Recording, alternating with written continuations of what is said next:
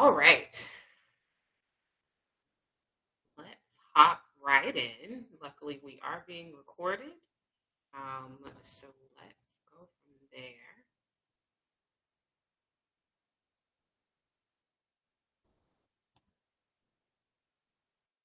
And I'm gonna share my screen because I'll be hopping in and out of this presentation and our this presentation and our online tool that we have as a part of our outcomes-based funding project. So thank you all for joining us today and tomorrow at our boot camp and for sitting in on this session. It has been a long time coming for me on this journey of studying outcomes-based funding and advocating for ways to embrace equity. I am Dr. Kayla C. Elliott. Kayla's fine. I'm the Director of Higher Ed Policy here at EdTrust. Super excited to share this work with you all. So let's just start at the beginning. What even is outcomes-based funding and why is it so important that we've released two reports and a resource around it? So typically in higher education for many years, states funded the public institutions in their state largely based on enrollment. But over the last 10 years or so, they've shifted to outcomes-based funding, performance funding, or performance-based funding.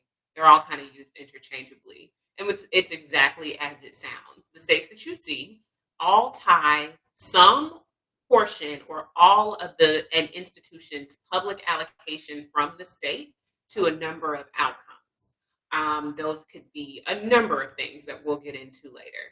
And so in all, our report looked at any state that had an active and funded outcomes-based funding mechanism or policy for 2-year and 4-year institutions. There were 33 overall, with 26 funding 2-year institutions and 29 funding 4 years.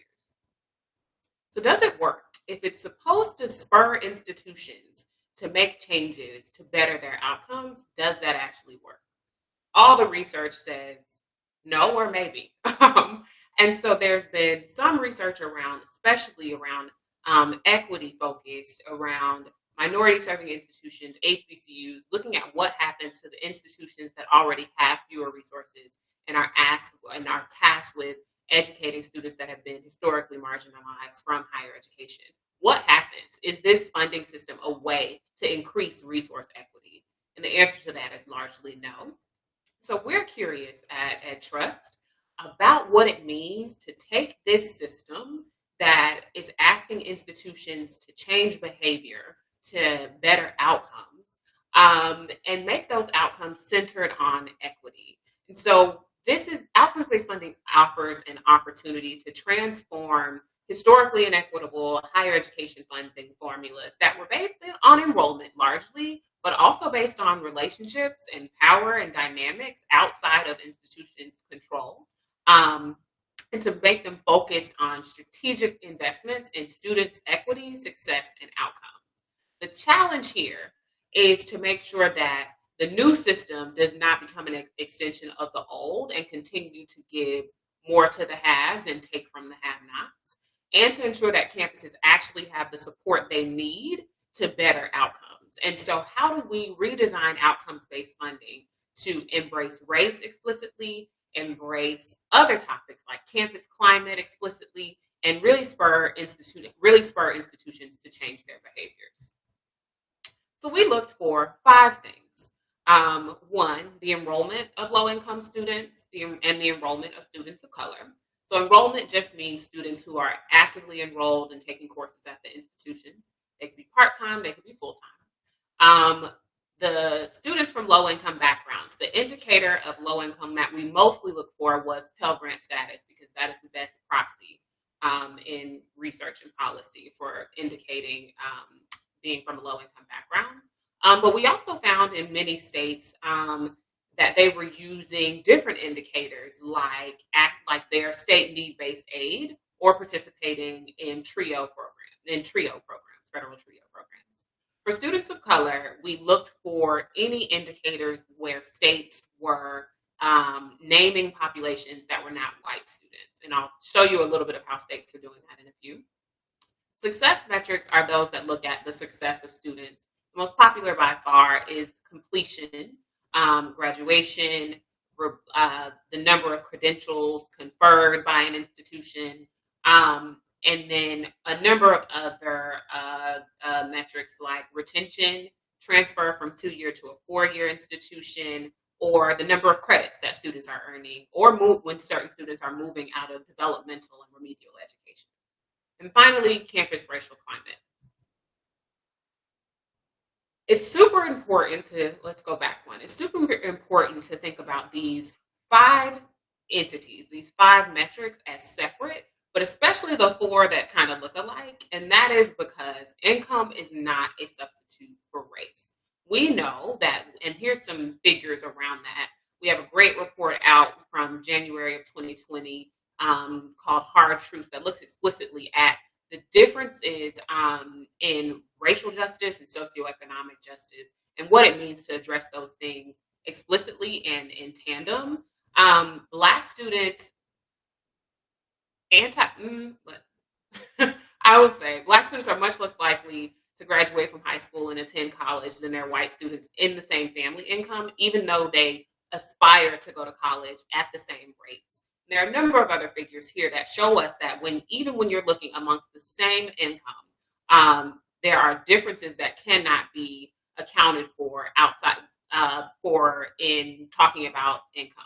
So you have to address race explicitly in order to address racism and in order to address racial inequities. Campus climate is that 5th metric. And we believe that states have a responsibility to hold institutions accountable, not just for what happens at entry and exit, and that would be enrollment and completion, but the experiences that students have when they're enrolled at an institution. So this prioritizes their lived experience and how they are welcomed, their sense of belonging, whether or not there's a curriculum that is reflective of their experience and the diversity of that state and this country. And the students who are enrolled in that institution. So some indicators we might see of that are faculty diversity, administrator diversity, the share of the budget spent on aid for underserved students, and campus climate surveys that explicitly ask students about race and racial climate on the campus. So we only saw 3 states that had this, and there were 2 that look at the faculty diversity and 1 that used an institutional satisfaction survey. Kansas is a little different because they operate on MOUs where the institution has the autonomy to choose metrics like this. So we counted that as a 4th. Here's the way that some states are talking about and incentivizing race. And I always think this is an important table to show, because if you look a little deeply, and I'll pause for a couple seconds and let you all look for your own states and see some different things. There are a lot of states that simply say non-white students. Many states just say students of color or Black and Latino pretty explicitly. But there are those states that speak explicitly to their student population, like Hawaii, that provides rewards for degrees and certificates for Native Hawaiian students, and Montana, that thinks about the retention and completion of Indigenous students. And so this is really an opportunity for states to look at their population, their specific inequities informed by data, and their workforce needs, and make a real plan that relates to their state attainment goal. We'll talk about that in a little bit. So what did we find? For sure, the most common metric for a number of political reasons and philosophical reasons is the success of low-income students. So when we think about the graduation rate of Pell recipients, students who are Pell recipients, when we think about the number of credentials awarded to students who are Pell recipients, that was the most common metric that we saw, and that was in 26 different states. Only 19 states are doing those same type of success, those same type of rewards for success, so transfer, completion, credit accumulation, explicitly for students of color. Enrollment metrics were for sure much less popular across states. Only 6 for students of color, or actually 6 for students from low-income backgrounds, and 4 for students of color. And for sure, that is made difficult by those states that have bans on affirmative action. So let's take a look at a couple states and show you how let's give examples of outcomes-based funding in a few states and how we graded them based on the 5 metrics. And you'll see the color-coded key on the right of the screen and the description on the left. So Illinois is one of the most interesting, definitely one of the most interesting uh, uh, that we were able to take a deep dive into. We looked at Illinois, Ohio, and Tennessee. And while Illinois has a well enough designed policy, it's incredibly difficult to do a lot of research on Illinois because they've funded the system in some years, not funded it in others, picked it back up in a year after that. And so it's difficult to say if this is an effective policy because it hasn't been consistent. It's also difficult to say if it's an effective policy because it assigns so little funding to the policy itself that some institutions in certain years were receiving less than $1,000. And that's certainly not enough to incentivize institutions to really focus on those outcomes and give the resources needed to focus on those outcomes. They do have a measure for success, which would be degree and certificate completion for Pell eligible students at community college, but that's the only one of the 4. Ohio has outcomes-based funding for both 2-year and 4-year institutions, and they also had a 2 metrics on course completion and degree completion for Pell eligible students, and they also add in course completion and degree completion for students of color, so 2 of the 5 metrics, but nothing around enrollment. Ohio's 4-year is very similar to their outcomes-based funding for their 2-year institutions. So again, they incentivize the success of students from low-income backgrounds and students of color. And Tennessee has not 1, not 2, but 3 outcomes-based funding models. Their model for 2-year institutions does prioritize the success of students from low-income backgrounds. And what they do here is what we termed in our report a weight. So where you see it says premiums for outcomes of adult students, low-income students, and academically underprepared students, that means that all of the outcomes, associate degrees awarded, certificates awarded, job placement, all of those outcomes, when an adult student, a student from a low-income background, or an academically prepared student completes one of those outcomes, there's a premium or weight, or really just bonus points assigned to those outcomes when it's one of those student populations, and we definitely recommend that approach. The 4-year is very similar, different degrees, different qualifications, but again, focused on credit completion and degree completion.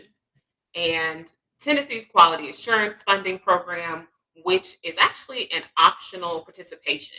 So all of this is optional. It's the only place, however, that the enrollment of students of color and campus racial climate is allowed to be addressed. And so they do have institutions that have done institutional surveys talking about like student satisfaction with race, student sense of belonging on campus, and then a number of student access and success metrics where institutions can select 5 focus populations and low-income students and underrepresented students based on race and ethnicity are the most common selections.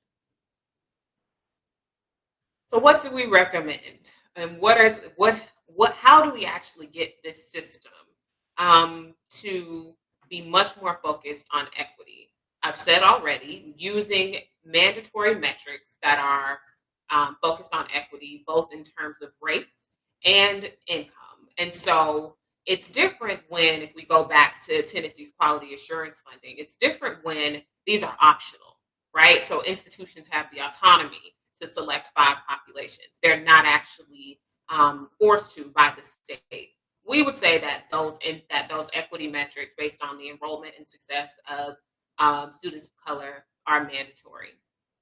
We also think that there should be that weighted system. So if we go back and talk about Tennessee's premiums, both in their 2-year and 4-year, that would be a weight. That's that additional incentive, but also that those equate to and wind up being additional resources that the institutions need to get the job done and to focus real resources and support on students of color. So if the state is asking an institution to improve retention, or the state is asking the institution to improve completion. Those are the outcomes-based funding model can be used to support student success initiatives that really lead to those outcomes, like advising, like um, curriculum support.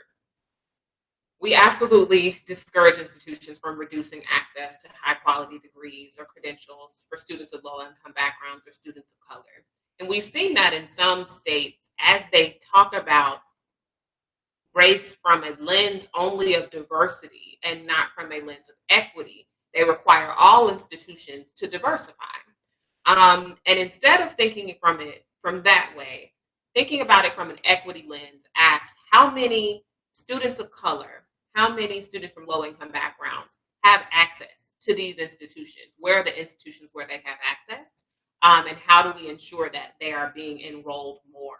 And so that means not asking HBCUs or other HSIs to increase enrollment of their white students. That means not allowing institutions to improve their Pell eligible student graduation rate by actually decreasing the number of Pell eligible students that they're enrolling, right? And so it means being very explicit with institutions in saying this is an opportunity to provide more opportunities to students of color, not just to shift some students to different institutions.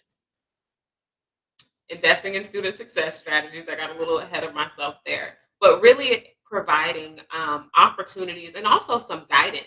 I've seen a lot of states that require institutions to submit improvement plans, right? Where they say the graduation rate did not improve as much as the goal that was set for you in the outcomes-based funding system.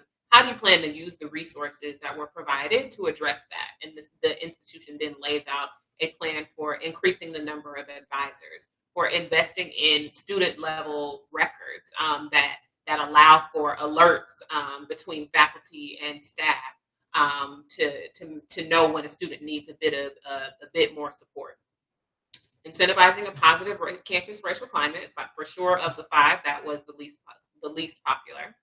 Avoiding instability and approaching funding cuts, if unavoidable, with equity. This is going to be super important this year as many states grapple with the difficulty of budgets and making allocations in light of and in response to the COVID-19 crisis and the dip in funds that most states are seeing. And so it'll be important, one, not to do away with the outcomes-based funding system if it is a place where equity can be fostered, and to think about what it means to direct resources to those institutions that need them the most. To reward institutions for incremental progress to larger goals. There are some systems that have said if you don't meet the goal that's set in the outcomes-based funding model, then you don't get any of the funding designed to that metric. So if we've said that you have a success metric and you needed to increase your graduation rate by 2%, that institution increased that graduation rate by 1.5%. We think that is incremental progress that should be rewarded accordingly, because OBF systems should not be punitive in nature when institutions are showing growth, for sure. And then to invest a significant amount of funds through the OBF formula, because much of the power is in how much you can actually reward and incentivize institutional behaviors and results. So what happens when you've designed a great system and now need to implement? I think there's a real onus for states to do a power analysis, do a quick audit of who the decision makers are in the state and whether or not they reflect the diversity of the population and the students who are enrolled in the state. Far too often, state officers, whether that is folks who are making decisions in the state level boards and members of those state level boards, whether that is state higher education staff, that state higher education executive officer, far too often there are far too few people of color and graduates of underrepresented institutions like HBCUs and MSIs who are making decisions about these really important institutions. And there's an example of Ohio in our companion report. seeking the input of those institutions. So many states, like Tennessee, are in redesign and review. It's incredibly important that the HBCUs, that the rural community colleges, that the institutions that are overwhelmingly enrolling students of color and students from low income backgrounds have a voice at the table, and are part of the conversation to speak to how they are uniquely impacted by the system, by the outcomes-based funding policy, investing and increasing the capacity of under-resourced institutions, and this next one on providing technical assistance go hand in hand. So step number 3 really talks about what does it mean when an institution is doing their part and doing more than their part by enrolling and supporting students of color and students from low-income backgrounds, but doesn't have the necessary resources for a number of reasons. Um, Both historical and political, doesn't have the resources to truly up that investment, to invest in the necessary systems and processes and people to provide the type of support that they otherwise would be able to, and that many of their better resourced, more white institutions are able to do. And so there's one investment that needs to happen there. On the other side, there are many institutions that have resources, but don't have an equity lens for their work, have not done a good job of serving students of color, have not done a good job of enrolling students from low income backgrounds. And they'll need the assistance of equity advocates. They'll need the assistance. They'll need the labor of people of color. They'll need people to lead them in that work in the right way, for sure. And I think we can see, it'll be interesting to see how many of the new leadership positions on diversity and equity pan out for some of these public institutions that made a lot of promises last summer. And then finally, to hold institutions harmless in the initial or transition years, and match the previous year funding. So when changes are made to the outcomes-based funding system, it's important to provide a runway for institutions to do the necessary adjustment in terms of people and processes, and even just research capacity. Like, outcomes-based funding requires a increased level of increased attention to data and institutional research than other former funding practices. So I will pop back in, stop share, or I won't stop sharing. I will wait for Jordan. I am happy to close it. That's all right. Here we go. I just want to take a quick second, and we're pretty good on time. I want to take a quick second to show you all the resource here. You can download the report here. You can also download the state level handbook that provides really specific scenarios that are applicable to other states. So it talks about the HBCU in Ohio. It talks about what free college what a free college policy in Tennessee and the outcomes-based funding policy look like when they're working together, how they can work together. It just has really cool scenarios that might apply to your state also. And then finally, down here at the bottom, we've got a interactive map where you can click on your state, learn more about the outcomes-based funding policy, and see whether or not how it is actually standing up to the 5 metrics. So let's go with Kentucky. A brief explanation of our report.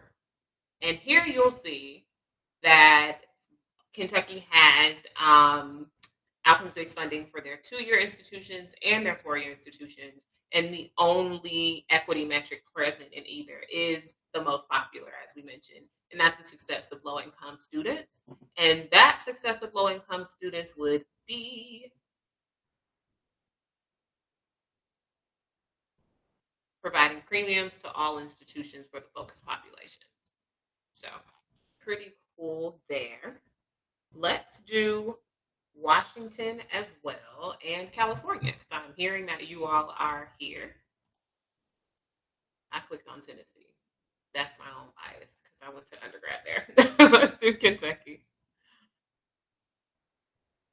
Because I've talked to them quite a bit. So here's Kentucky. Of the 5, they do have enrollment. They do have an outcomes-based funding policy for both their 2-year and their 4-year institution. They are incentivizing the success of both students of color and students from low income backgrounds. And if we hop over to this side, we see that student success is 35% of all the resources. Course completion, which is we consider success as well, is 35%. And then they're just doing a piece of funding based on infrastructure and operations. They're looking at certificates, diplomas, and associate degree production, but no campus climate metric. Let's go back to Washington. Washington has a formula for, oh, it's not clicking. Well, let's just hover. Washington has a formula for their 2-year institutions where they, like Kentucky, are providing not just a metric, but that additional weight and bonus funding, that additional weight in calculating their score for both students of color and students from low income backgrounds. In California, our colleagues at EdTrust West played a role for sure in the conversations and advocacy on the student-centered funding formula that was adopted a few years ago. And despite their efforts with them and their partners that they worked in coalition with, were not able to get around Prop 209, which is the affirmative action ban, and actually incentivize the success of students of color. But they have been able to do both the enrollment and success of students from low-income backgrounds. So hard work for sure, and hard work on trying to lift that ban on affirmative action last year that hopefully will happen soon and be able to really invest these resources in the success of in the enrollment of students of color. And I am happy to stop sharing and get back to the chat. I'll be able to do that. Okay, so seeing a lot here. Happy to answer questions. Different roles of other non-government actors in implementing these design steps. I think so the process that I just described of our EdTrust West colleagues and how they were a part of coalitions. They worked in conjunction with researchers. My colleague Chris Nellum sat on the advisory board and really were equity advocates in this process to try to advance the focus on equity and the opportunity for equity. That is what outcomes-based funding offers, is an opportunity for equity. It for sure is not by design. And so when advocates are present in the room asking and recommending those steps for design and steps for implementation, that's an important role to play. So I think the question was around, perfect. I think I can make it bigger so I can actually see everybody's. Okay. So a little disappointment in Kentucky and opinions on the performance-based model, whether it meets standards, falls short.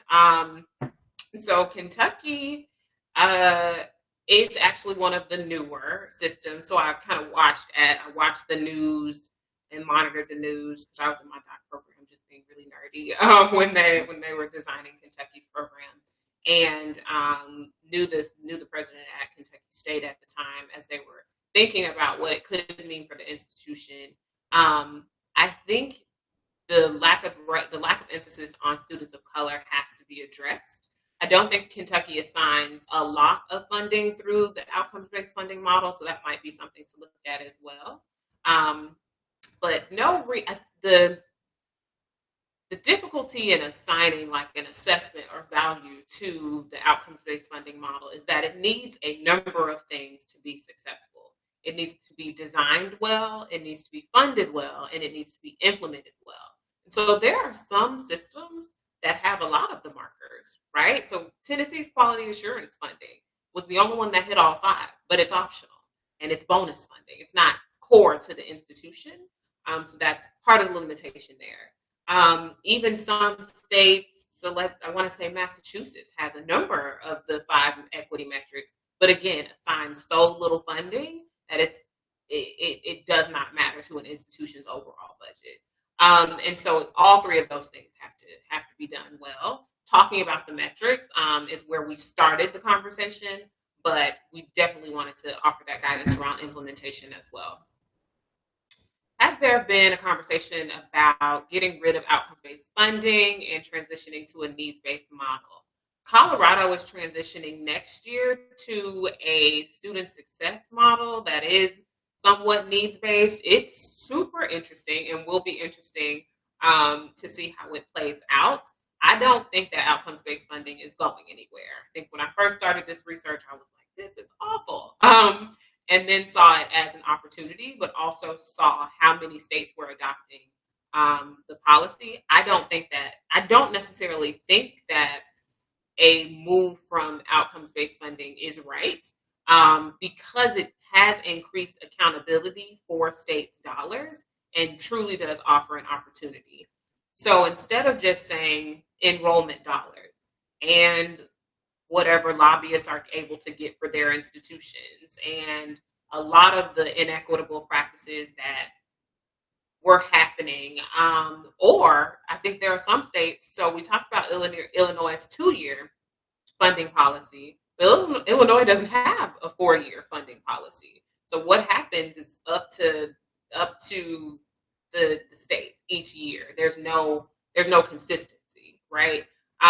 So I don't see conversations about like solely need-based models, but for sure, Colorado is transitioning into something that could look like that.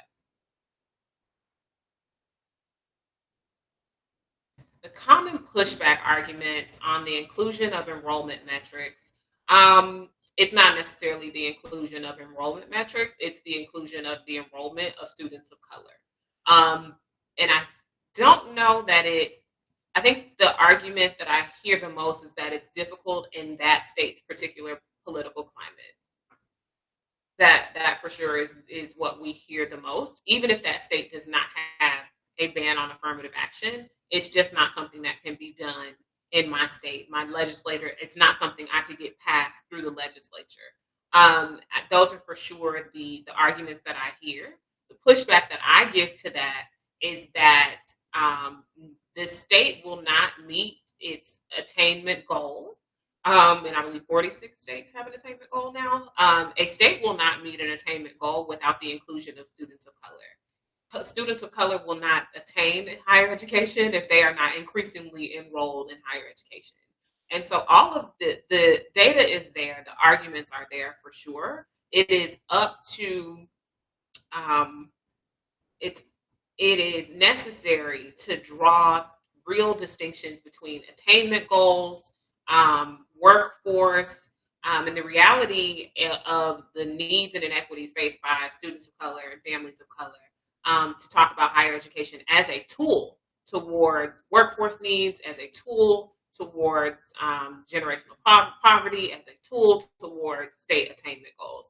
And so for sure the argument changes from state to state, but the necessary data and talking about addressing inequity is there.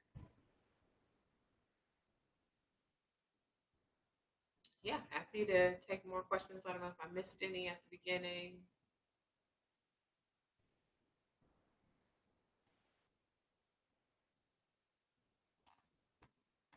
And happy to show other states if that's helpful also.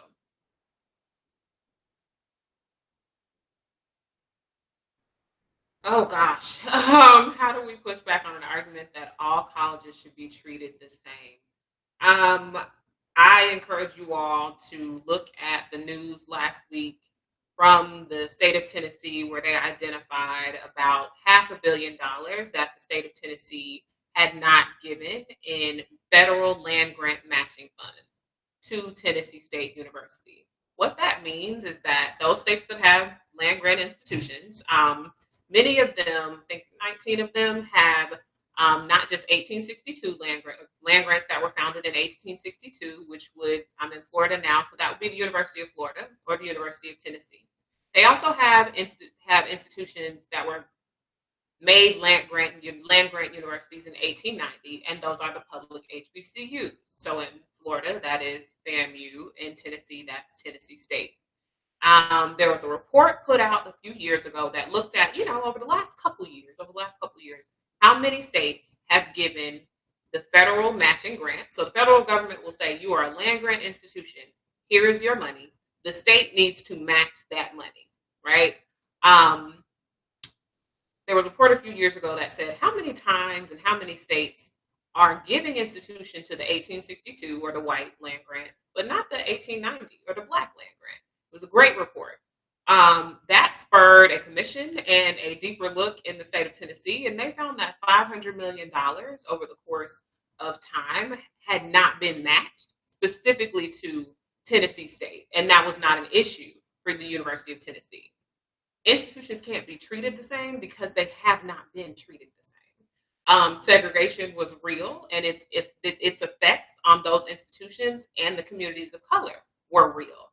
There's a case in Maryland that was just resolved after about 20 years that proved where the court had found the state of Maryland to be in violation of operating to and is my I don't think my laptop is about to die, but I apologize if it is. I'm getting a weird notification. Um, and so they accused them of operating two different, they accused them of segregation, and that was another $500 million, right? So, like, the evidence is there that institutions have not been treated the same. The evidence is there that history and policy and politics all matter. And there's plenty of data to talk through those points for sure. Yeah, definitely. So South Carolina, if you look into the Adams case, just Google the Adams case, you'll see which states were in violation in the 70s. There have been federal cases in Mississippi, Tennessee, Alabama, and Maryland that resulted in like large, and Tennessee already, that resulted in Alabama. Yes, Lynn, in Alabama, a few, I want to say late 90s, early 2000s. There was a settlement in Alabama. For sure in Mississippi, they got about $500 million to the three HBCUs there. And Maryland was just resolved this year. So absolutely something to look at in South Carolina, absolutely something to look at in Kentucky, Ohio, Florida, the other states that haven't seen that Louisiana. I see Tremel in here for sure. So we've got Pennsylvania and Alabama. I think we're about to come up on time. Let's get back into, I'll start sharing and we should be good to go.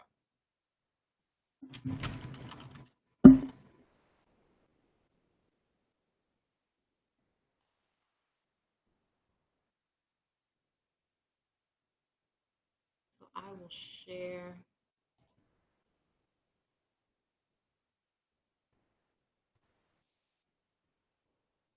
Yep, Pennsylvania and Louisiana. Am I sharing? Perfect. So I'm going to put, let's do Louisiana.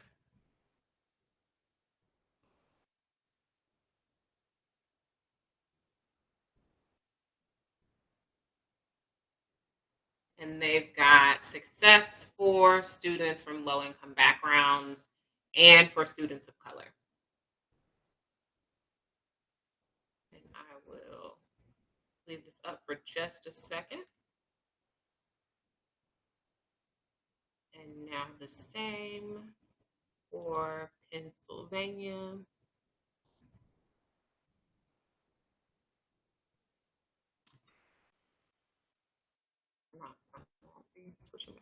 Okay.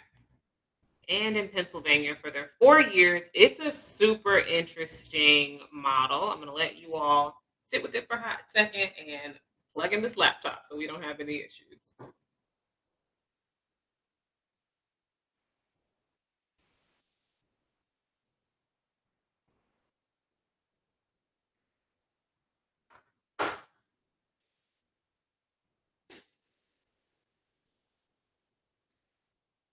All right. So Pennsylvania's model really does some interesting things for sure. They provide like a menu of options that you'll see here. So some of them are mandatory, some of them are optional, or some of them are mandatory here. And then universities can select from these below. And that's persistence, value added, thinking about, and they've actually, if you want to know more about this, tell me later. I won't get into the real nitty gritty details, but they've got like some proficiency profiles and test scores here for sure. So institutions, if we scroll back up to what it looks like here, some of the equity metrics are mandatory, while some institutions can choose. So super interesting. And they're one of the few states that does have a measure related to campus climate because they do have faculty diversity, and you'll see that here.